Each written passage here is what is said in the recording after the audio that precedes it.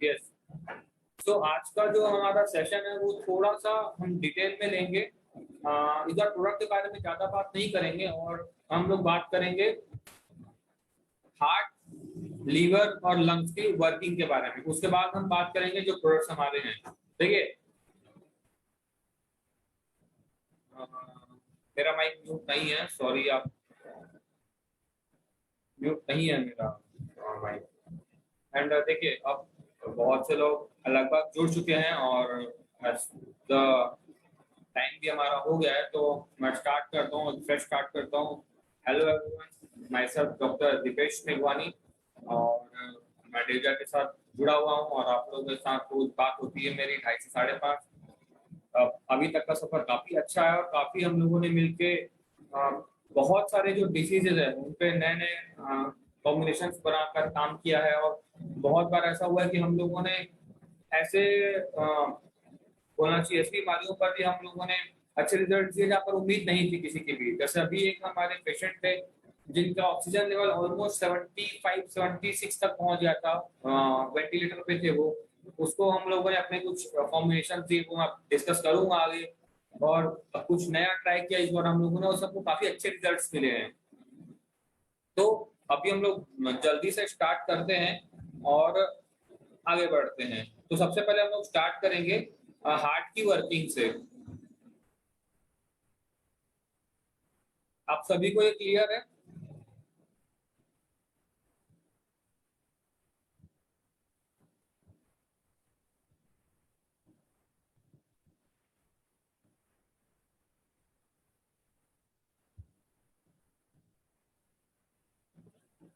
सभी को क्लियर दिख रहा है ये?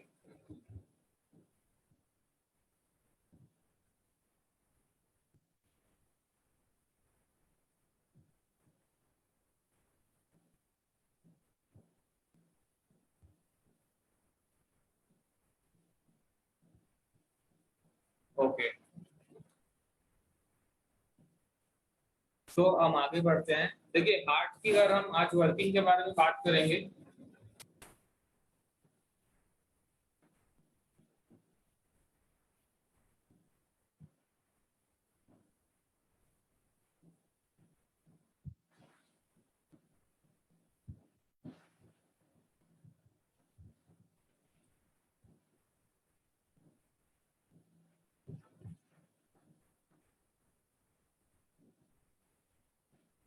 ओके,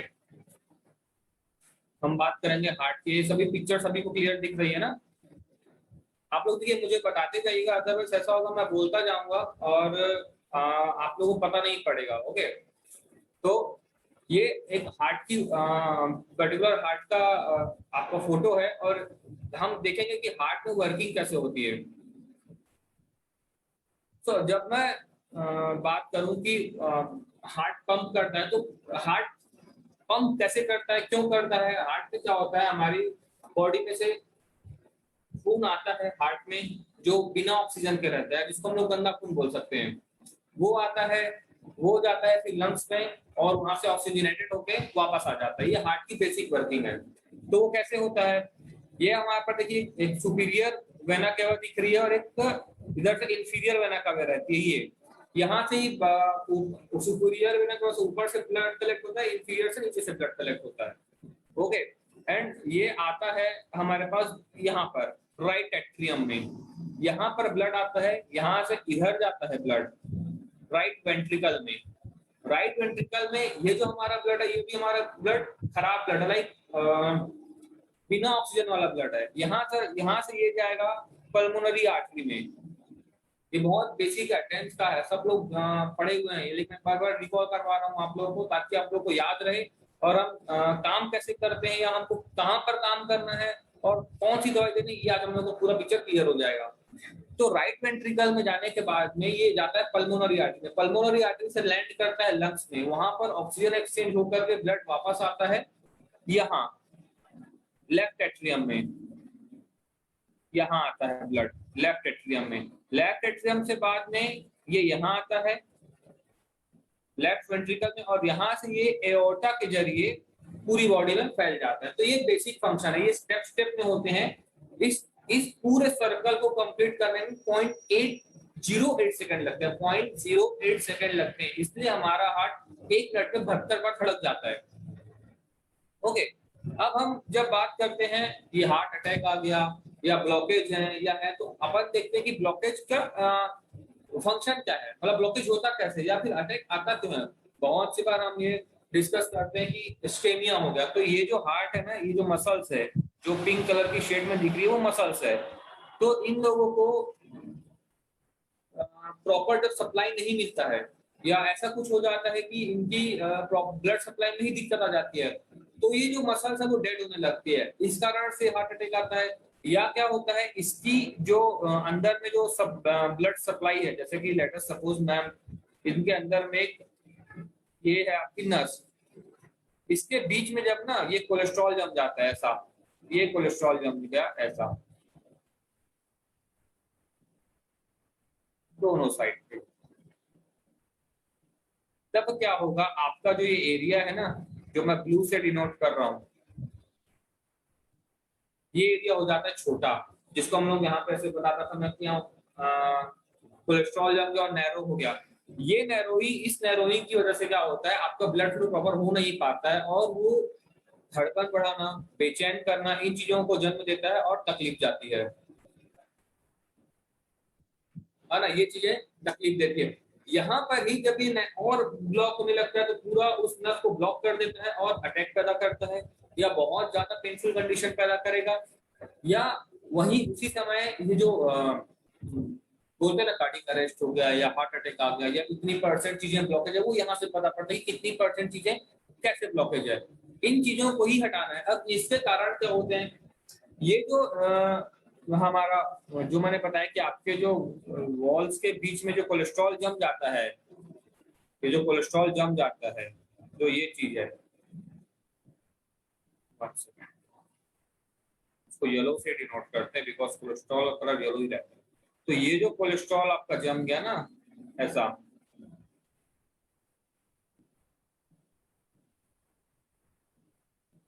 ये कोलेस्ट्रॉल बनता है हमारी इल हैबिट से, जो लाइफस्टाइल डिजीज या लाइफस्टाइल डिसऑर्डर जिसको बोलते हैं हम लोग दिन भर बैठे रहेंगे, ऐसे ही आरामदायक कुर्सी में बैठे रहते हैं, ऐसे झुककर बैठते हैं, सो जाते हैं, खाना खाकर सो जाते हैं, तेल फूल खाते हैं, बहुत ज्यादा स्पाइसी खाते हैं, बहुत ज्यादा चीज मटेरियल खाते हैं, इन चीजों की वजह से क्या होता है, वो प्रॉपर डाइजेशन नहीं होकर के हमारी ये जो ल्यूमेन्स है यहाँ पर जमा होने लगता है। जैसे ही यहाँ पर जमा हो जाता है तो उस ये जो हमारा पाथ है, ये जो ब्लड का जो फ्लो रहता है, उसको रेड से डिनोट करेंगे हम, ये जो ब्लड का फ्लो रहता है ये हो जाता है छोटा, ये छोटा होने की वजह से ही हार्ट की मसल्स को या बाकी जगहों पे प्रॉपर ब्लड नहीं पहुंच पाता है, वो हार्ट का कारण बनता है। ये एक बेसिक फिजियोलॉजी है जो अभी आजकल तो बहुत ज्यादा डेवलप्ड है, इसी वजह से ही मैक्सिमम हार्ट अटैक आते हैं, सबसे ज्यादा हार्ट अटैक इसी वजह से आते हैं। कई बार क्या होता है, एक ये भी कारण होता है कि कई बार ये होता है कि हम अचानक से कोई ऐसी ऐसी खबर सुन लेते हैं जिससे ना हार्ट अचानक से रुक जाता है और अटैक आ जाता है, वो होता है हमारे ब्रेन के कारण। ब्रेन से एक नर्व आती है 10th cranial nerve, vagus nerve, वो अचानक से स्टिमुलेट हो जाती है, झटका पड़ता है और हार्ट टूट जाता है, एक ये झटके के कारण हो गया। एक मैंने बताया आपको जो बोलना चाहिए, आपके जो नसों का जो ब्लॉकेज है उसकी वजह से आता है। बहुत बार ऐसा होता है कि ये जो एरिया है हमारा, ये जो वेंट्रिकल्स का एरिया है या एट्रियम का एरिया है, ये सूज जाता है, इसकी जो मसल्स है, मांसपेशियों में सूजन आ जाती है, जिसको हाइपरट्रॉफी बोलते हैं डॉक्टर्स, उस वजह से भी हार्ट अटैक आता है। तो ओवरऑल अगर अपन एक सूक्ष्म लेवल पे जाए ना, तो जब जब हार्ट में प्रॉपर ब्लड फ्लो नहीं हुआ है, छोटी छोटी छोटी नलिकाओं में ब्लड नहीं आएगा और वो ब्लड मसल्स तक नहीं पहुंचेगा, तो मसल्स डैमेज होंगी या नसें डैमेज होंगी जो हार्ट को पंप अप कर रही है, वो रुकने की वजह से ही आपको अटैक आता है। तो मोस्टली जो कारण होता है वो कफ दोष होता है। ये कफ दोष किसको डिनोट करता है, जो तेल मसाला हम लोग खाते हैं, जो चीज खाते हैं, या जो हम लोग दिन भर बैठे हुए हैं, जो दिन में सोते हैं, जो लेट तक सोते हैं, उनमें कोलेस्ट्रॉल लेवल बढ़ जाता है, जो फैटी लेवल क्रिएट करता है, आपके लंग्स में इन्फ्लेमेशन क्रिएट करता है, ये चीजें क्रिएट करने के कारण ही आपको ब्लॉकेज आते हैं। तो इन चीजों को ही हम लोग आज देखेंगे कि कैसे हटाना है, या एडिजी को अगर कैसे हटाना है, या सीबकथॉर्न कैसे हटाता है, या ओमेगा 369 कैसे डाइजेस्ट करता है कोलेस्ट्रॉल को जो आपके हार्ट में आ रहा है। ठीक है, यहाँ तक हमारी हार्ट की बेसिक बोलना चाहिए कंप्लीट होती है ना। ये हो गई हमारी हार्ट की फिजियोलॉजी। अब हम चलते हैं लंग्स की फिजियोलॉजी में। लंग्स में भी जैसे था, देखिए लंग्स में भी ऐसा ही होता है। थोड़ा इसको बड़ा कर लेते हैं।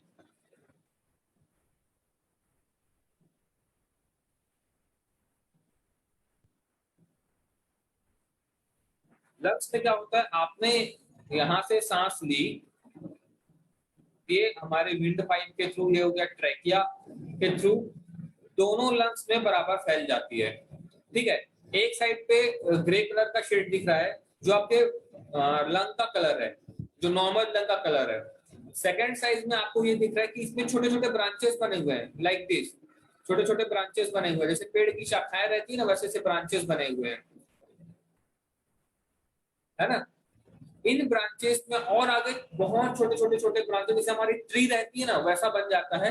और वो आगे आखिरी जो एक पॉइंट आता है, जो डॉट डॉट रहते हैं, वो ब्रोंकियोल कहलाता है। वहां पर हमारे ऑक्सीजन का एक्सचेंज होता है। तो जब भी इसमें भी सेम वैसे ही होता है, जब भी आप जाएंगे इधर से हमारी ऑक्सीजन गई, यहाँ पहुंची, यहाँ पर ऑक्सीजन पूरा आखिरी तक पहुंचा, और हमारी बॉडी में से जो हार्ट से जो ब्लड आया था वो यहाँ पर एक्सचेंज होता है। लाइक ऐसा एक गोला रहता है, वहां पर आपकी ऑक्सीजन जाएगी और आपका CO2 बाहर निकाला जाता है। यहाँ पर ये एक्सचेंज होता है इन छोटी छोटी नलिकाओं में। ये जो छोटी छोटी नलिकाएं हैं ना, यहाँ पर इनमें होता है। अब जो इन्फ्लामेशन होती है, या जो अभी कोविड का जो वायरस है, वो क्या करता है, वो इन नलिकाओं को, इनमें सूजन पैदा करता है। जब इन नलिकाओं में, जैसे कोई नलिका है ये, इसमें अगर किसी प्रकार की सूजन आ गई, या बोलना चाहिए म्यूकस जम गया, या पानी भर गया, या जो भी मटेरियल इसके अंदर आ जाए, तो वैसे ही होगा। आपके जो ल्यूमेन है, ये जो गोला है, ये जो छोटा हो जाएगा, तो आपके जो एक्सचेंज है, एयर एक्सचेंज का जो कैपेसिटी, ये छोटा हो जाएगा। ये छोटा होने की वजह से ही हम लोग खराटे मारते हैं, जो व्हीजिंग साउंड आता है ना, वो उसी वजह से आता है। And the second thing is,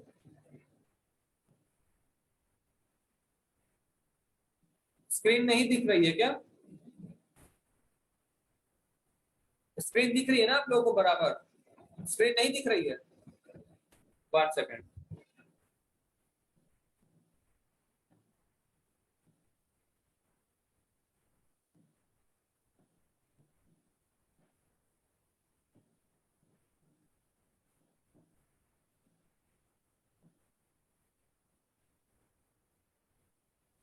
अभी दिख रही है सभी को स्क्रीन?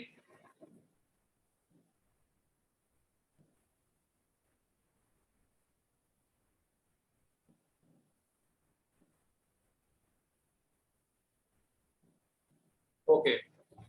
सो देखिए, हार्ट की तरह ही इसमें भी होता है। जब आपके ल्यूमेंस में ना ये क्लियर जब होने लगता है बहुत ज्यादा, तो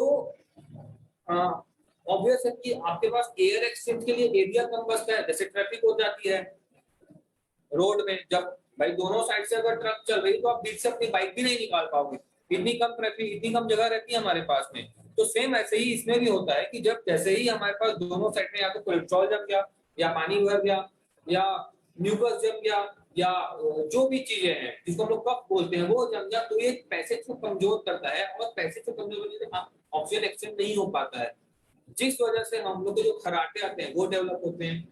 और जब ये चीजें बढ़ने लगती है तो साइनस हो जाते हैं, और जब ये चीजें बढ़ने लगती है तो हमको सांस लेने में तकलीफ आती है, जिसकी वजह से हमारा ऑक्सीजन, अब देखिए एसपीओ टू कम कैसे होता है? ये आपका पूरा पैसेज क्लियर है, ये आपका जो पूरा पैसेज है वो क्लियर है, आपकी जो यहाँ पे नसें हैं वो क्लियर है।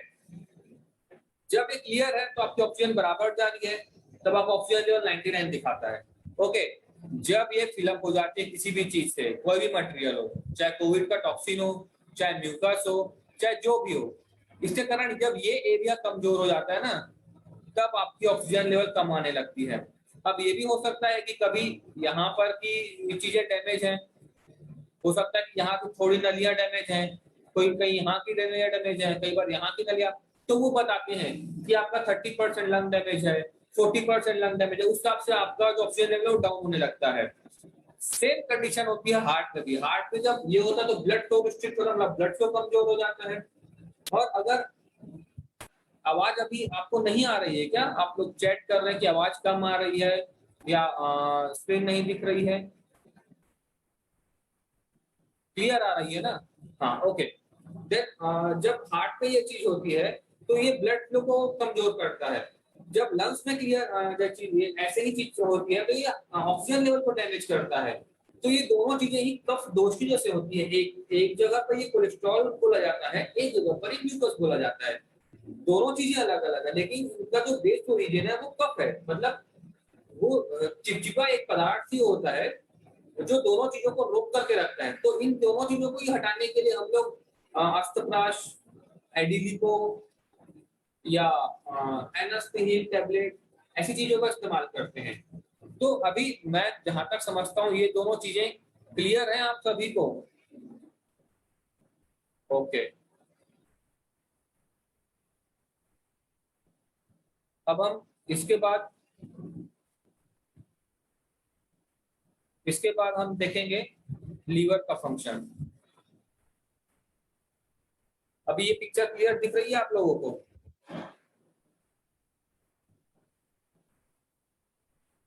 ये जो लीवर की पिक्चर है ये क्लियर दिख रही है आप लोगों को? ओके। तो अब देखिए, ये हमारा हो जाता है लीवर, यहाँ पर ये हो जाता है स्टमक जिसको मैं भी टच कर रहा हूँ। इसके बाद आपका ये पैंक्रियास जहाँ पर इंसुलिन का डेवलपमेंट होता है। ये हो जाती है ड्यूडेनम, ये जो छोटी आंत है। तो ये जो इसके बगल में जो ये वाला जो एरिया बना हुआ है ना, ये आपके जो लीवर से जो जूस निकलता है उसको बता रहा है। मतलब ये कॉमन हिपेटिक डक्ट है, ये जाके मिलेगी यहाँ पर, जो ये डक्ट है ना, ये जाकर यहाँ पर मिलेगी ड्यूडेनम में।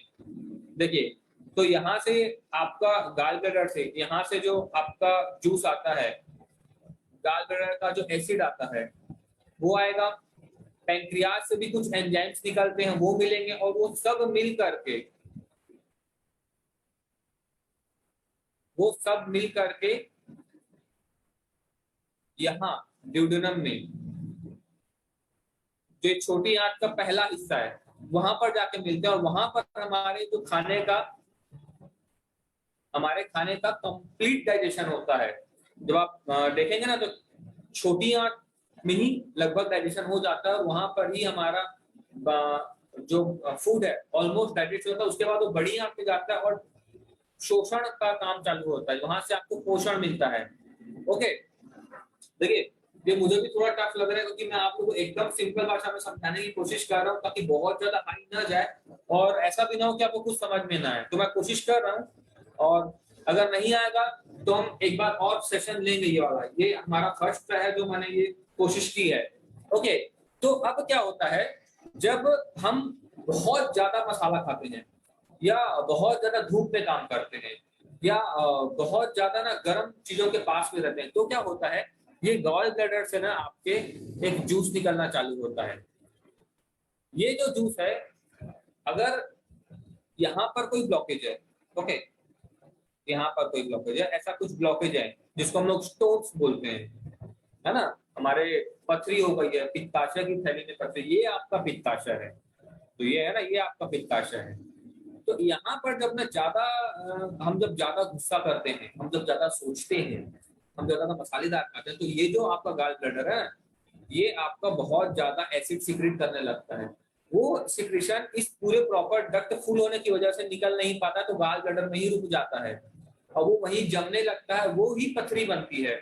ओके, तो एक चीज ये पथरी बनने का कारण हो गया। सेकंड थिंग क्या होता है, लीवर तो यहाँ पर आपका गाल ब्लैडर के साथ में, पैंक्रियाज के साथ में आपको एसिड और एंजाइम प्रोवाइड कर रहा है, साथ में ये क्या करता है जो ब्लड फ्लो हमारी बॉडी में आता है उसको भी डिटॉक्सिफाई करता है। क्योंकि जब आप देखेंगे ना, जब आप कोलेस्ट्रॉल नहीं डाइजेस्ट कर पाते हैं, जब हार्ट में कोलेस्ट्रॉल जमने लगता है, आपके लंग्स में म्यूकोस जमने लगता है, तब आप गौर करिएगा आपके दांतों में ना एक अजीब सा चिपचिपा पदार्थ आ जाता है। आप जब सुबह सोकर उठेंगे ना, आपकी आंखों में कीचड़ रहेगी, आप आपके नाक से, आपके कान से गंदगी निकलने लगती है। ये सिम्टम रहता है कि आपकी बॉडी में ना कोलेस्ट्रॉल बढ़ेगा आगे चल के।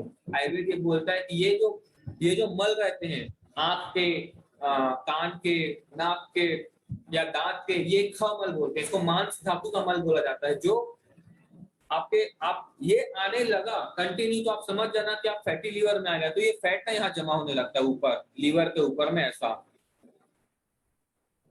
आपका लीवर थोड़ा मोटू हो जाता है।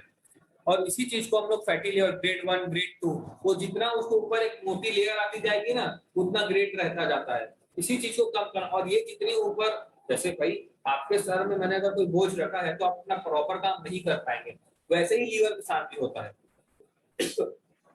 लीवर का अगर ऊपर में फैट जमा हुआ है, जो आपने भाई देखिए, अगर आपकी भूख एक रोटी की है, आप 2 रोटी खाएंगे घी के साथ में, तो वो एक्स्ट्रा जो रोटी है वो डाइजेस्ट नहीं होती है और वो लीवर के ऊपर बोझ बनता जाता है उसका डाइजेस्ट करने का।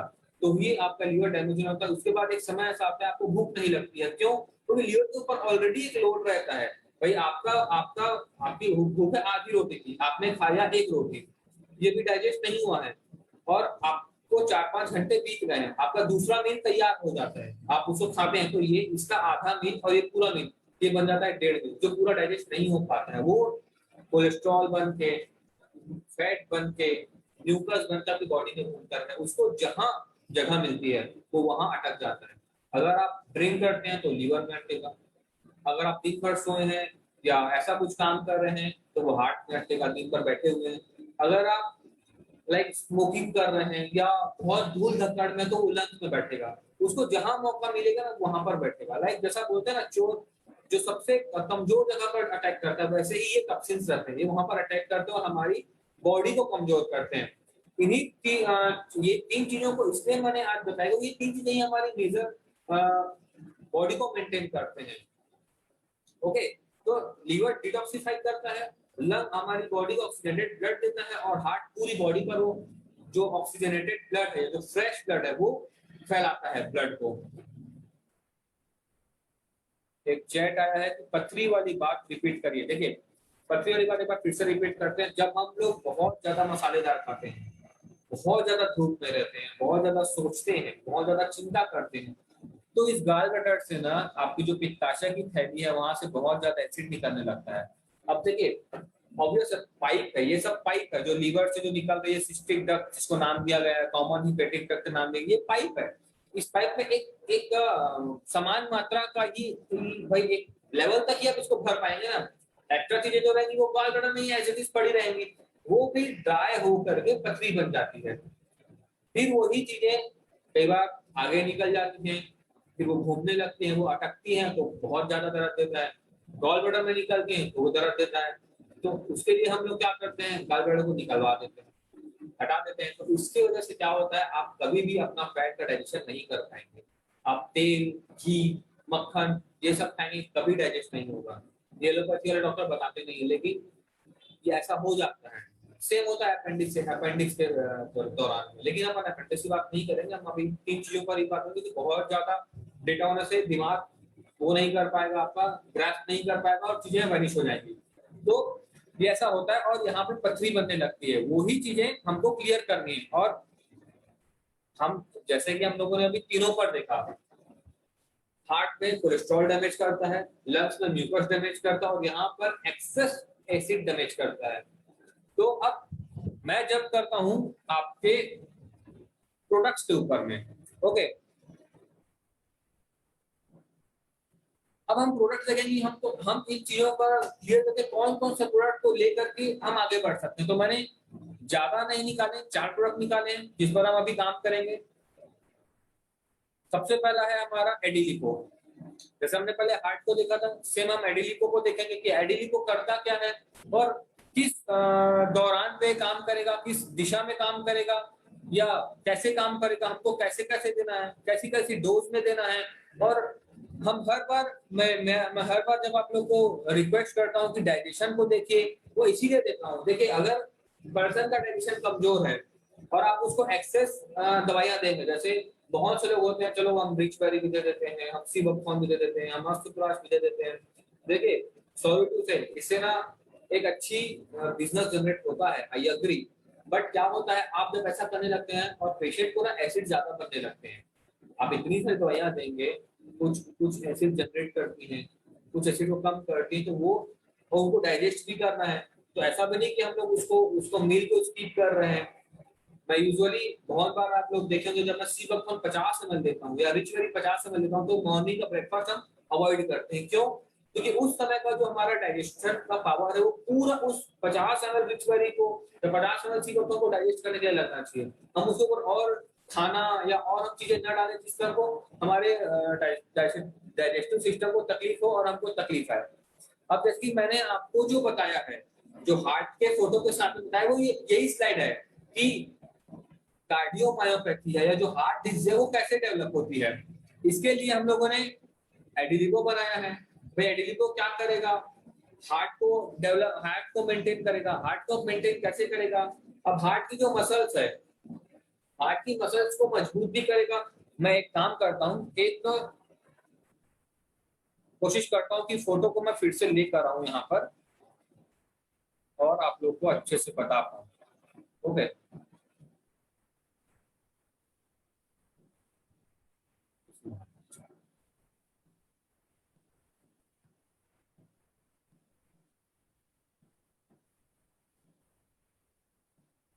नहीं ओवरलैप हो रहा है, कोई बात नहीं। तो ये क्या करेगा, हार्ट की जो मसल्स हम लोग देख रहे थे, जो हार्ट की मसल्स है जो ब्लड सप्लाई न मिलने की वजह से डैमेज होती है, या अगर हम बात करें उनमें, उनके हार्ट के बीच में जो मैंने बताया कोलेस्ट्रॉल जमता है, उसको डैमेज करता है एडिलिको। हार्ट की मसल्स को मजबूत करता है, हमारे ब्रेन फंक्शन पे जाकर के ऐसे स्टिमुलेशन नहीं देता जिससे हमारा हार्ट कमजोर हो। तो ये चीजों को मेंटेन करता है। अब यहाँ पर हम देखें कि जो चीजें मिली हुई है, जैसे पुष्कर फूल है, अर्जुन है, लहसुन है, इलायची है, दारू हल्दी, गुलाब है, दालचीनी है, अलसी है, गुग्गुल है और शलकी है। तो ये चीजें एक साथ समाप्त करके क्या करती हैं, जैसे अर्जुन है, ये बॉडी आपके ब्लड में से एसिडिटी को कम करता है। तो ये चीज हमारे लीवर पे ज्यादा डैमेज नहीं करती है। ज्यादा एसिडिटी नहीं होने की वजह से लीवर का काम फास्ट हो जाता है, वो जल्दी डिटॉक्सिफाई करता है ब्लड को, डिटॉक्सिफाई करता है ब्लड को, तो हमारे हार्ट के ऊपर एक्सेस प्रेशर नहीं आता है। सेकंड थिंग है लहसुन है, अलसी है, दालचीनी है, गुग्गुल है, शलकी है। ये क्या है, जो हमारा इनडाइजेस्टेड कोलेस्ट्रॉल है, जो हमने जो चलो जो हमारी लाइफस्टाइल थी वो हमने कर लिया, उसके बाद में जो कोलेस्ट्रॉल डेवलप हो गया है, जो कोलेस्ट्रॉल बन गया, उसको डायरेक्टली हिट करके खत्म कर देता है।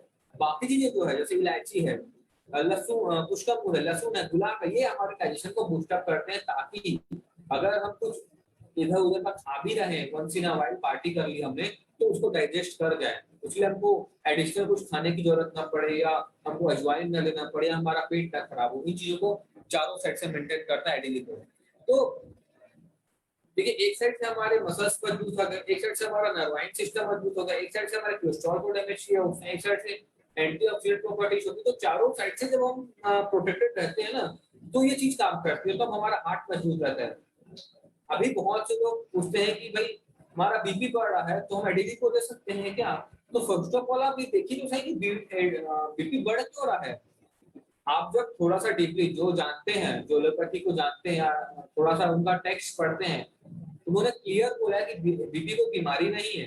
भाई बीपी तो आपने बीपी की मशीन लगाई, आपका प्रेशर पता है उसमें कि एग्जैक्ट, जैसे अभी 8:30 बजे 21 तारीख को 21 मई को 8:30 बजे आपने आपका जो ब्लड प्रेशर नापा गया वो 130/80 था, जो नॉर्मल है। आपने कल सुबह नापा वो 140/90 आ गया, जो अब नॉर्मल है। तो ये तो एक कंडीशन है, तो एक सिम्टम है। लेकिन हम लोग क्या करते हैं, उस बीपी को दबाने के लिए दवाई ले लेते हैं। लेकिन हमको ये देखना है कि अगर हमारे हार्ट पे ब्लॉकेज है, तो फर्स्ट रूल आउट की, अगर ब्लॉकेज है तो उसकी रूटीन, अगर वो जो तेल खा रहा है, जो घी खा रहा है, जो डीप फ्राई खा रहा है और दिन भर बैठा है, उसके एवज में एक्सरसाइज नहीं कर रहा है, तो कोलेस्ट्रॉल बनेगा। कोलेस्ट्रॉल बनेगा तो नलियों को कमजोर करेगा, या नलियों को वो कम जगह देगा ब्लड फ्लो फैलने के लिए। अगर ऐसी चीजें हैं और ब्लड प्रेशर है और आप ब्लड प्रेशर की दवाई खा रहे हैं तो आप अपने आप को बेवकूफ बना रहे हैं। आपको क्या चाहिए कि आप एडिलिको जैसी दवाई खाएं, आप एक्सरसाइज करें, अपनी डाइट करें, ताकि जो आपका कोलेस्ट्रॉल लेवल है वो कमजोर हो, वहां से वो हटे और आपकी नलियां क्लियर हो। भाई अगर आपके पाइप में कचरा जम गया है तो आप पानी ज्यादा बहाने की कोशिश करेंगे, उस कचरे को निकालने की कोशिश करेंगे ताकि आपको पानी का बहाव अच्छा मिले। सीधी सी बात है ना, कचरा निकालेंगे। तो वो एडिली को भी यही करता है, आपकी नलियों में से कचरा निकालता है, आपके पाइप को मजबूत करता है, आपके पाइप को जो चीजें मजबूत करती है उन चीजों को ताकत देता है और कचरा बने ही ना ऐसी चीजों को प्रोवाइड करता है। इसलिए एडिली को हम बोलते हैं कि रिजल्ट काफी अच्छा आता है। अब इन चीजों को मेंटेन कैसे करता है, क्योंकि इसमें ओमेगा 3 है, 369 है और आपके जैसे मसल्स को मजबूत कर, मैंने ये चीजें आपको ऑलरेडी बता चुकी है। तो एडिली को अब हम बात करते हैं कि एडिली को बहुत जगह काम करता है, तो कैसे काम करता है, क्यों काम करता है, ये चीजें हम अलग अलग देखते हैं। अब कहाँ कहाँ काम करेगा हम ये देखते हैं। अब जैसे कि कोलेस्ट्रॉल पे तो काम कर ही रहा है।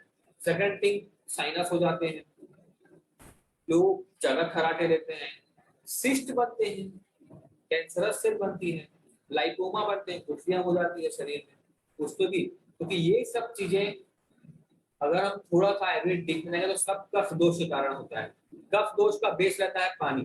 भाई अगर कोलेस्ट्रॉल देखें चिपचिपा है, कफ देखें नाक से जो निकलता है या गले से निकलता है चिपचिपा है, सिस्ट में जो पानी भरा होता है चिपचिपा है, जो भी चिपचिपी पदार्थ है वो कफ की ही है। भाई कफ के अलग अलग प्रकार है, जैसे कि मैं हूँ, मैं अभी आप लोगों के लिए डॉक्टर दीपेश हूँ, मैं अपने क्लिनिक में अपने पेशेंट के लिए डॉक्टर हूँ, मैं अपने पापा के लिए उनका बेटा हूँ, अपने भाई के लिए उसका भाई हूँ, अपनी वाइफ के लिए उसका हस्बैंड। तो मेरे तो बहुत सारे काम है ना, लेकिन ऐसा तो नहीं बोले कि मैं अलग अलग आदमी हूँ। मैं तो हूँ तो एक ही। वैसे ही कफ दोष होता है, कफ दोष होता है क्या, उसके प्रकार अलग अलग है और वो ही अलग अलग दिशा में अलग अलग काम करते हैं। तो हमको अलग अलग दिशा के लिए अलग अलग काम नहीं करना है, हमको डायरेक्ट कफ दोष पे जड़ पे काम करना है, इसलिए हम एडिली को देते हैं।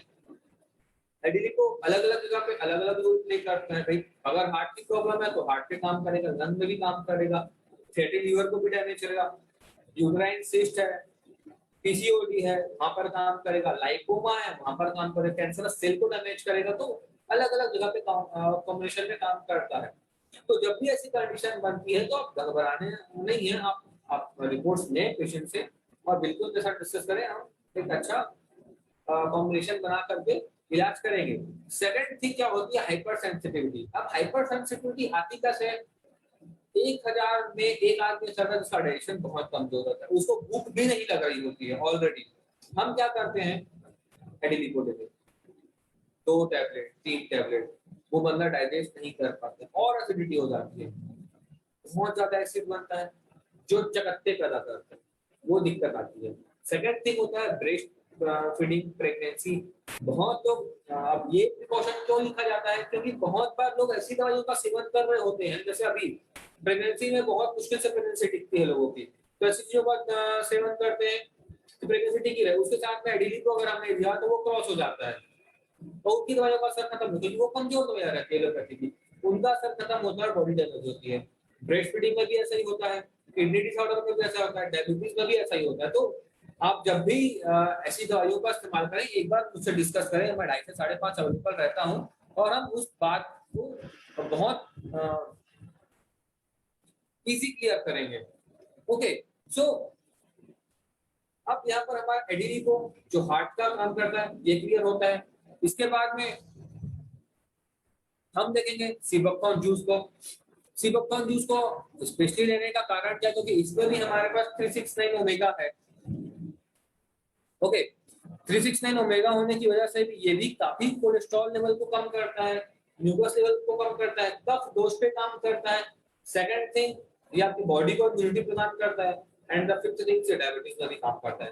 तो अब सीबकथॉर्न है क्या, जैसे मैं हर बार बताता हूँ, ये इंडो चाइनीज रीजन पे मिलता है, छोटी छोटी बेरीज रहती हैं, जैसे कि ये येलो बेरीज आप देख रहे हैं, ये बेरीज रहती हैं।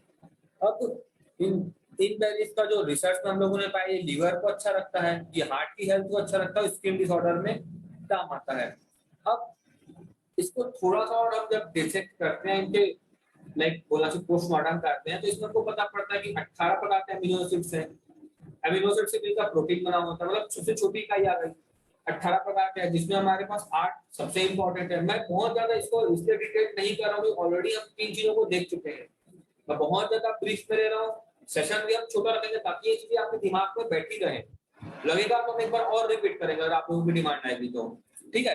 तो इन 18 में से 8 हमारे पास है, बहुत जरूरी है, जो हमारी बॉडी के लिए एकदम जरूरी, जो हमारी बॉडी की सेल्स मेंटेन के लिए, बॉडी के डेवलपमेंट के लिए या मसल मेंटेनेंस के लिए बहुत जरूरी है। इसके बाद हम बात करें कि भाई सी बकथॉर्न में और क्या क्या है, तो 3679 ओमेगा है जो कोलेस्ट्रॉल को रोक के रखता है। अब जो की इंग्रेडिएंट आता है इसमें ये आता है कि ये आपकी हार्ट हेल्थ और लीवर को मेंटेन करता है। कैसे? एचडीएल को मेंटेन करता है। HDL is a good cholesterol. Good cholesterol क्या होता है? इसका फुल फॉर्म है high density lipoprotein. High density lipoprotein is like that, जैसे ये माउस है अभी, इसका वजन अगर हम माने 100 ग्राम है और इसका एरिया इतना ही है, ठीक है, तो ये हाई डेंसिटी में आ गया। अगर मैं 100 ग्राम की कॉटन लाऊं तो इतनी सारी आएगी कम से कम। अगर मैं ये रुमाल रखूं तो कम से कम 5-6 हो जाएंगे। तो वो उसकी डेंसिटी कम है और एरिया ज्यादा ले रहा है, और ये हाई डेंसिटी होने के कारण एरिया कम लेता है और हमको जल्दी एनर्जी प्रोवाइड करता है। और लो डेंसिटी होने के कारण बहुत सारा वो एरिया हमारा क्रिएट करता है, और वही जो लो डेंसिटी एलडीएल है या वीएलडीएल है, वेरी लो डेंसिटी है, वही हमारी नलियों में चिपकता है और हार्ट अटैक का कारण बनाता है। तो उन चीजों को ही ये ओमेगा 369 बोला कि डाइजेस्ट आउट कर जाता है या रोक लेता है। अब हम देखें इसमें विटामिन ए है, B12 है, सी है, ई है, के है, पोटेशियम है, कैल्शियम है, आयरन है, फास्फोरस है। अब मैं इस बार इन सब चीजों का एक्सप्लेनेशन इसलिए नहीं कर रहा हूँ क्योंकि हमको और अभी 2 प्रोडक्ट देखने हैं और ये सब चीजें हमारे दिमाग में रहनी चाहिए। इसके बाद में अगर हम थोड़ा बात करें, 1 सेकेंड, इसके बाद अगर हम बात करें कि इसकी डोसेज क्या रहती है, तो जब भी हम फैट के लिए रखेंगे, मोटापे को कम करेंगे, तो हम क्या करेंगे, 50 ml की डोज बनाएंगे 1 कप पानी के साथ में, सुबह सुबह देंगे क्योंकि तो सुबह कफ का काल रहता है, और उनको उसी समय पे हमको सिरप देना है 50 ml 1 कप पानी के साथ में, और उनको वो ब्रेकफास्ट स्किप करवाना है ताकि उनका जो मॉर्निंग का जो डाइजेशन का जो पावर वो सिर्फ सिरप को डाइजेस्ट करे, ताकि हमारे जो फैट सब्सटेंस हैं, जो फ्री रेडिकल्स घूम रहे हैं वो रुके, उनको ग्रोथ मिले, उनकी बॉडी को नई मसल्स जल्दी बने। जैसे कि क्या होता है, बहुत लोग जो मोटे होते हैं, जैसे हाथ में जो फैट रहता है, जब वो पतले होने लगते हैं ना, तो ये जो फैट है लूज हो जाता है, हिलने लगता है, बहुत लोगों का हिलता है, वो नहीं होता है इन सीबकथॉर्न की वजह से, जब हम ऐसा एक प्रोटोकॉल सेट करते हैं। इसके बाद में हम डायबिटीज में भी ऐसा ही कर सकते हैं। हम स्किन में जब देंगे, स्किन में हमको 2 से 3 बार देना होता है ताकि वो बार बार स्किन में से गंदगी को बाहर निकाले और स्किन को फ्रेशनेस प्रदान करे। किडनी में भी हमको बार बार देना होता है। फैट में या आपका डायबिटीज में हमको मॉर्निंग में देना है। जब भी हम स्किन में देंगे, किडनी में देंगे या ताकत के लिए देंगे, तो हमको 2 से 3 बार में देना होता है ताकि ये डाइजेस्ट हो और वो प्रॉपर डाइट लेते रहे। इसमें भी प्रिकॉशंस है, pregnancy, breast feeding, feeding disorders, kidney disorder, जो मैंने अभी लास्ट में एडिलिपो के साथ में आपको एक्सप्लेन किया है, सेम कंडीशन उसमें भी रहती है, तो आपको वो ध्यान देनी है। इसके बाद में अपन ज्यादा समय नहीं लेते हुए हम अपने अगले प्रोडक्ट में चलेंगे, जो एडिलिव। अब एडिलिव मैंने इसलिए उठाया है क्योंकि बहुत से लोगों को ये लगता है कि एडिलिव और लीविस सिरप दोनों अलग अलग है। क्यों? क्योंकि हमारे साथ एडिकार्डियल और एडिकार्डियल सिरप और टैबलेट में ऐसा हुआ है, लेकिन इसको हम लोगों ने इसलिए स्पेशली डिजाइन किया है क्योंकि कई बार क्या होता है, डायबिटिक पेशेंट को अपन सिरप नहीं दे सकते क्योंकि सिरप सब शुगर बेस्ड रहती है, हनी बेस्ड रहती है। तो उनके लिए, या बहुत से लोग वर्किंग रहते हैं जो हर जगह अपना सिरप लेके नहीं जा सकते, तो उनके लिए हम लोगों ने स्पेशली डिजाइन किए एडिलिव टैबलेट, जो इजी टू कैरी है, इजी टू कंज्यूम है और डायबिटिक पेशेंट्स को दी जा सकती है।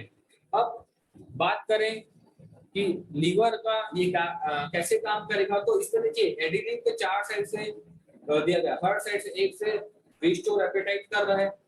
एक मिनट, पहले हम ये देख लेते हैं कि इसमें है क्या क्या। ओके, लीवर के हमने फंक्शन समझ लिए, लीवर क्यों इंपॉर्टेंट हम लोगों को समझ गया। इसमें अब पर ये देख लेते हैं कि है क्या क्या।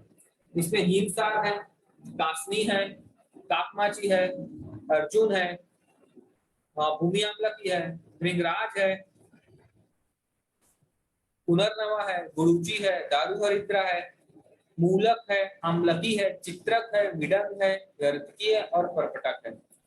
अब देखिए अगर हम बात करें एडिलिव की, तो जैसे इसमें चित्रक है तो ये आपकी भूख बढ़ाएगा। और जैसे एक चीज ना, थोड़ा पीछे रुकता हूँ, एक चीज मैं अभी कुछ दिन से सोच रहा था, तो अभी डायबिटीज से काफी कॉल आते हैं, लोग बोलते हैं कि भाई शुगर बढ़ गई, शुगर बढ़ गई, शुगर बढ़ गई है। लोगों से पूछो शुगर बढ़ी क्यों, तो बताते हैं कि शुगर आपकी बॉडी में जो एक्सेस शुगर बन रही है, जो आप एक्स्ट्रा शुगर खा रहे हो, डाइजेस्ट नहीं हो रहा है। ओके, तो हम लोग क्या करते हैं, हम लोग ये करते हैं कि हम उस एक्स्ट्रा शुगर को डाइजेस्ट करने के लिए हम एलोपैथी की मेडिसिन लेते हैं। हम ये नहीं सोचते कभी भी अगर हमारा डाइजेशन पावर इंप्रूव हो गया, तो अगर हमारा डाइजेस्टिव पावर इंप्रूव होगा तो हमको शुगर को डाइजेस्ट करने की जरूरत नहीं पड़ेगी। इसके लिए क्या करना होता है, इधर आपको कुछ दवाई लेनी होती है या आप एक्सरसाइज करेंगे, तो ही आपका डाइजेस्ट वो ग्लूकोज बर्न अप होगा, है ना। तो इसमें जो जैसे चित्रक है, चित्रक जैसी जो चीजें हम आपके डाइजेशन को इंप्रूव करती हैं। बहुत से लोग शिकायत करते हैं वजन नहीं बढ़ रहा है, बहुत सी महिलाएं शिकायत करती है कि मेंसेस कम जा रहे हैं या रेगुलर नहीं जा रहे हैं। अरे भाई, आपका डाइजेशन पावर अच्छा है नहीं, आप लोग जो भी खा रहे हैं वो डाइजेस्ट नहीं हो रहा है, डाइजेस्ट नहीं हो रहा है तो प्रॉपर पोषण नहीं मिलेगा, प्रॉपर पोषण नहीं मिलेगा तो आपकी हेल्थ नहीं बनेगी, प्रॉपर हेल्थ नहीं रहेगी, प्रॉपर ब्लड नहीं रहेगा तो मेंसेस ही नहीं आएगा आपको। बहुत सीधा सा कॉन्सेप्ट है ना। तो उसके लिए हार्मोनल पिल्स लेने की या डायरेक्ट मेंसेस लाने की या डायरेक्ट ब्लड बनाने की दवाई लेने से अच्छा है कि आप पहले अपना डाइजेशन सुधार लें। आपका डाइजेशन अगर अच्छा रहेगा तो आप जो मर्जी चाहे डाइजेस्ट कर सकते हैं। अब आप HB+ ले रहे हैं या रिच बेरी ले रहे हैं, आप वो भी डाइजेस्ट नहीं कर पा रहे हैं, तो न्यूट्रिशन कैसे मिलेगा। न्यूट्रिशन ही नहीं मिलेगा तो उसका काम नहीं होगा। और आपका पेशेंट शिकायत करे कि भाई हमको तो असर ही नहीं आ रहा है, हम 6 महीने से दवाई ले रहे हैं। तो यहाँ पर इन चीजों को एडप्ट करने के लिए, इन चीजों को डाइजेस्टिव स्टिमुलेंट देने के लिए हम एडिलिव का इस्तेमाल करेंगे, तो इसमें चित्रक है। अब ये चीजें जो है भाई, आप जो खा रहे हैं उसको तो डाइजेस्ट कर ही जाता है, इसके अलावा आपने जो खाया था पहले उसके कारण जो टॉक्सिन्स बने हैं उसको भी डाइजेस्ट करता है। इसके बाद जो लीवर, तो लीवर हमारी बॉडी के जो टॉक्सिन्स को क्लियर करता है उसको डाइजेस्ट करता है, बैक्टीरिया को किल करता है और चीजों को भी जल्दी जल्दी स्टेटस करने लगता है। जैसे मैं अगले में आऊँ, हाँ, ये जो इमेज है इसमें आप देखेंगे तो एक साइड से आपकी एपेटाइट मतलब भूख को मेंटेन कर रहा है, थोड़ा साइड में देखेंगे तो आपके अल्कोहल के कारण जो लीवर में डैमेज है उसको मेंटेन कर रहा है। साइड से देखें तो फैटी लीवर को मेंटेन कर रहा है, फैट को या कोलेस्ट्रॉल या म्यूकस या कफ दोष उसको डाइजेस्ट कर रहा है। और आगे जाएंगे तो जो ऑक्सीडेंट है या जो टॉक्सिन्स है उसको डिस्ट्रॉय कर रहा है। तो ऐसे करके ये चारों साइड से आपको मेंटेन करके रखता है। सेम है, आपको लीवर के लिए लेना है, प्रिकॉशन भी इसमें सेम है। इसकी अगर मैं जनरल जनरल डोसेज की बात करूं तो 2 टैबलेट दिन में 2 बार खाने से पहले लेना है।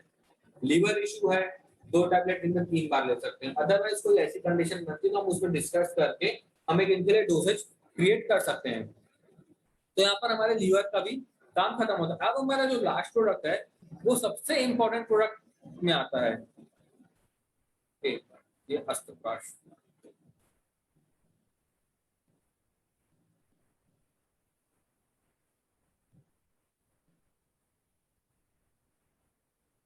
ओके, अब हम देखते हैं अस्त्रप्राश। जैसे कि मैंने बताया था मॉडर्न डे की जो हमारी लाइफस्टाइल है, जैसे धुआं है, अब हमारा लाइफस्टाइल अच्छा है नहीं, हम कभी भी सो रहे हैं, कभी भी उठ रहे हैं, कभी भी खा रहे हैं, कुछ भी खा रहे हैं। उसके बाद लाइफस्टाइल ऐसा कि ऐसी कंडीशन हमको देखनी पड़ी जो भी दिल्ली का सीन दिख रहा है, या कोई आपका कलीग स्मोकिंग करे, आप स्मोकिंग कर रहे हैं, सीमेंट फैक्ट्री में काम कर रहे हैं, जो भी कंडीशन है, जो भी वातावरण है, उसमें लंग डैमेज होते हैं और वहां पर म्यूकस बनता है, कफ दोष बनने लगता है। वो क्या करता है, जैसे कि मैंने बताया आपको कि आपकी जो नलियां हैं उसमें इंफ्लेमेशन, सूजन पैदा करेगा, या पानी भर जाना या कफ दोष का भर जाना जो आपके ऑक्सीजन को सप्लाई को डैमेज करता है। ओके, अब उस ऑक्सीजन सप्लाई को डैमेज करता है तो उसको हमको रोकना है, कैसे रुकेंगे? अस्त्रप्राश। उसके लिए अगर हम अस्त्रप्राश ले रहे हैं, उसके साथ में अगर हम लाइफस्टाइल मैनेज करते हैं, कैसा भाई? डेली एक्सरसाइज कर रहे हैं, नॉर्मल बैलेंस डाइट है, नॉन डाइट नहीं, बैलेंस डाइट। आपको नापा तुला खाना है, ऐसा नहीं कि आपकी पसंद की सब्जी नहीं बनी तो आपने आधी रोटी खाई, पसंद की बनी तो 4 रोटी खाई, और कभी खाई ही नहीं, कभी ज्यादा खा ली, या कभी भूख नहीं लगी तो भी खाई। तो ऐसा नहीं होता है। बैलेंस डाइट का मतलब होता है आपको जब भूख लग रही तभी खाना है, जितनी भूख है उतना ही खाना है, जितनी प्यास है उतना ही पानी पीना है। पॉजिटिव इसलिए है क्योंकि जैसे कि मैंने बताया कि 10th क्रेनियल नर्व जो निकलती है वो यहाँ से निकलकर हार्ट को, लंग को, पेट को, आप देखिएगा गुस्सा आता है ना तो हमारा स्टमक छोटा सिकुड़ जाता है, मैं नहीं खाऊंगा खाना, हम फेंक देते हैं। ऐसा क्यों आता है? क्योंकि हमारा स्टमक छोटा हो जाता है, वो भूख नहीं लगती है। बहुत ज्यादा दुखी रहते हैं लोग, भूख नहीं लगती। क्यों? क्योंकि वो जो 10th क्रेनियल नर्व, जो 10th वेगस नर्व है, वो स्टिमुलेट करता है चीजों को। इसलिए आपको पॉजिटिविटी रहना जरूरी है। अभी कोविड के सिनेरियो में बहुत लोगों को जब पता पड़ता है कोविड हो गया है, उनको स्ट्रेस रिलेटेड हाइपरवेंटिलेशन, मतलब उनको अचानक से घबराहट होने लगती है और ऑक्सीजन लेवल सट से डाउन हो जाता है और वो वेंटिलेटर की ओर चले जाते हैं। इसलिए एडिक्वेट रेस्ट इसलिए है क्योंकि बहुत से लोग ना रात भर काम करते हैं, दिन में सोते नहीं है, दिन में नींद नहीं आती है, प्रॉपर नींद नहीं हो पाती है, एसिड का बनना ज्यादा हो जाता है और तकलीफ बढ़ने लगती है। इन सब चीजों के लिए हम लोगों ने अस्त्रप्राश को स्पेशली डिजाइन किया हुआ है। अब सबसे पहले मैं देखता हूँ, ये नहीं देखकर अस्त्रप्राश के इंग्रेडिएंट देखते हैं। वासा उले, सूप शेकर, अजवाइन, हनी, सौंठ, कंटकारी, काली मिर्च, लौंग, कलौंजी, मुलेठी, प्रवाल, वासा, फिर से नौसादर और धतूरा। ये करता क्या है? ये क्या करेंगे? ये आपके, जैसे कि मैं आपको दिखाता हूँ, आप लोग देख रहे हैं ये आपके लंग का पिंक कलर का लंग दिख रहा है, उसमें एक साइड में आपका नॉर्मल ब्रोंकियल ट्यूब है और एक में पीले पीले कलर का म्यूकस है। इस चीज को ही हमको हटाना है। जैसे कि मैंने बताया था ना कि आपके लंग्स में वो जम जाता है म्यूकस, यही कफ दोष है। इस चीज को ही 3 साइड से अस्त्रप्राश मेंटेन करता है। एक, आपकी इम्यूनिटी को इतना हाई बनाता है कि म्यूकस बनेगी नहीं। सेकंड, अगर बन गया है तो तुरंत हटाता है। थर्ड, इसको दोनों साइड से रोक के रखता है, बनने भी नहीं देगा, ये भी नहीं करेगा। और अगर ये डेवलप होते जा रहा है तो लगातार किल करते जाता है। और इसके बाद में जब ये बाहर निकल जाता है तो हमारी जो मसल्स है इनको मजबूती प्रदान करता है ताकि हमको फर्दर आगे कोई तकलीफ ना है। ऐसा नहीं कि आज आपका जो इसमें म्यूकस था वो निकल गया है और उसके बाद कल आपको फिर से वो म्यूकस डेवलप हो गया, आपकी लंग्स इतनी मसल्स इतनी कमजोर हो गई है कि आपको वो बार बार ही बनता जा रहा है। ऐसा नहीं है, आपको तीनों साइड से प्रोटेक्शन में रखता है अस्त्रप्राश। अब इसका की बेनिफिट देखें तो लंग को क्लियर करता है, इम्यूनिटी को क्लियर करता है, अस्थमा के अटैक को रोकता है, आपके रेस्पिरेटरी परफॉर्मेंस को अच्छा करता है, ऑक्सीजन लेवल का इनटेक को बढ़ाता है। देखिए हम लोग आज भी नॉर्मल हवा लेते हैं और उसको ऑक्सीजन में कन्वर्ट करते हैं, मतलब हम लोग भी एक कॉन्सेंट्रेटर है। ओके, उस चीज को आप हवा तो ले रहे हैं लेकिन ऑक्सीजन को ग्रेस्प करना है, उस चीज को अस्त्रप्राश बढ़ाता है। आपके जो एक्स्ट्रा म्यूकस बन रहा है उसको हटाता है। इसकी डोसेज 1 चम्मच है रात को सोते समय। ओके, अब मैं सभी चीजों का रोक करके मैं ये बताता हूँ कि हम लोगों ने अभी जो अस्त्रप्राश आपने काम किया है वो कैसे किया है। बहुत से लोगों का ऑक्सीजन लेवल 80 से नीचे चला गया था, वेंटिलेटर में थे, नाक से जो ट्यूब जाता है उससे हम लोग दवाई देते थे। उसमें हम लोग क्या करते थे, तुलसी ड्रॉप में अस्त्रप्राश को डाइल्यूट करके आधा चम्मच, उसमें 1 टैबलेट एनास्टिन मिक्स करके हम लोगों ने जब नाक से दिया तो उनका जो ऑक्सीजन लेवल है वो with in 2 to 3 hours 80 plus चला गया था, 83 84 तक चला गया था।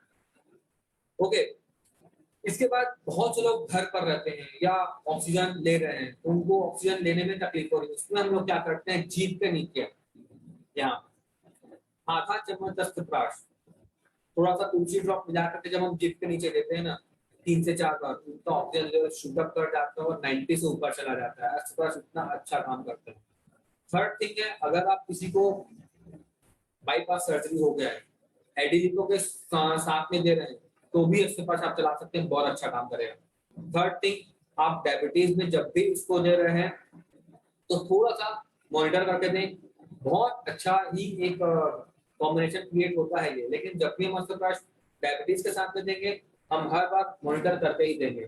देखिए अभी जैसे कि हम लोगों ने बात की हार्ट पे, लंग पे, लीवर पे, एडिलिको पे, सीबकथॉर्न पे, एडिलिन पे, अस्का पे, ये चारों प्रोडक्ट मैंने किए हैं। मेरी रिक्वेस्ट है एक बार आप फिर से इन चारों की स्लाइड्स को पूरा पढ़िए, क्योंकि मैं यहाँ थोड़ा सा फास्ट किया है, क्योंकि ऑलरेडी आप 45 मिनट से सेशन देख रहे हैं और आपके दिमाग में सब बैठा रहना चाहिए। तो मेरी रिक्वेस्ट आप सभी लोग आज ये चारों को फिर से रिपीट करिएगा, क्योंकि इन चारों में हार्ट की बेसिक फंक्शनिंग दी हुई है, लंग की बेसिक फंक्शनिंग दी हुई है और आपके लीवर की बेसिक फंक्शनिंग दी हुई है। ये तीनों को जैसे ही आप आज रिपीट करेंगे पूरी पिक्चर क्लियर हो जाएगी और आपको आगे चल के ना प्रोडक्ट देने में सहायता प्रदान होगी। ओके, तो इसके अलावा जब भी कोई तकलीफ होगी आपको, अगर ऐसा लगता है कि आप कहीं भी अटक रहे हैं, तो आप क्या करेंगे, आप 2:30 से 5:30 में अवेलेबल रहता हूँ, उसमें आप मुझसे डिस्कस करेंगे। रिपोर्ट्स हम पहले देखेंगे पेशेंट की कि हम क्या दिक्कत है, जड़ तक पहुंचेंगे और फिर प्रॉब्लम को किल करेंगे। And the third thing and last thing कि आप लोग हमेशा एक पेशेंट का डाइजेशन को पहले देखिए। ओके, डाइजेशन को जब आप देखेंगे ना कि पेशेंट का डाइजेशन क्या है, अगर पेशेंट को भूख नहीं लग रही है या वो बाहर का खाना खा रहा, डाइजेशन खराब हो जाए, तो आप सबसे पहले डाइजेशन पे काम करिए। जैसे ही आप डाइजेशन पे काम करेंगे ना, आपका पेशेंट फ्लोरिश करने लगेगा, उनका डाइजेशन फ्लोरिश करेगा, आपका पेशेंट जल्दी जल्दी डाइजेस्ट करके चीजों को, मेडिसिन भी डाइजेस्ट करेगा और तकलीफ से जल्दी बाहर निकलेगा। अगर डाइजेशन कमजोर है तो मैं आपको यकीन दिलाता हूँ कि वो आपकी जो आप दे रहे हैं ना दवाइयाँ, वो भी डाइजेस्ट नहीं कर रहे, आपको रिजल्ट नहीं मिलेगा। इसलिए पहले डाइजेशन पे ध्यान, उसके बाद हम कफ जोश पे ध्यान देंगे, जो लंग्स में है, जो हार्ट में, उन चीजों को सॉर्ट आउट करेंगे। ठीक है, आज हम क्वेश्चन आंसर सेशन नहीं लेंगे, क्योंकि मेरी सबसे रिक्वेस्ट है आप लोग इन चारों स्लाइड्स को फिर से रिपीट करें और एक बार ही ध्यान दें कि हम लोगों ने आज क्या डिस्कस किया है और फिर से फ्लोरिश करेंगे इस चीज को। और कोई भी दिक्कत होगी, मैं 2:30 से 5:30 अवेलेबल हूँ, आप बिल्कुल मुझसे कांटेक्ट कर सकते हैं। तो ध्यान रखिएगा, घर पर रहिएगा, अननेसेसरी बाहर मत घूमिएगा, मास्क लगा कर रखिएगा। ओके, आप सभी को मेरी तरफ से फिर से एक रिक्वेस्ट है कि आप ये स्लाइड्स जो हम लोग यहाँ 4 स्लाइड्स की हैं वो एक बार रिवीजन करिए। ओके, यहाँ पर मैं सेशन खत्म करता हूँ। Thank you very much.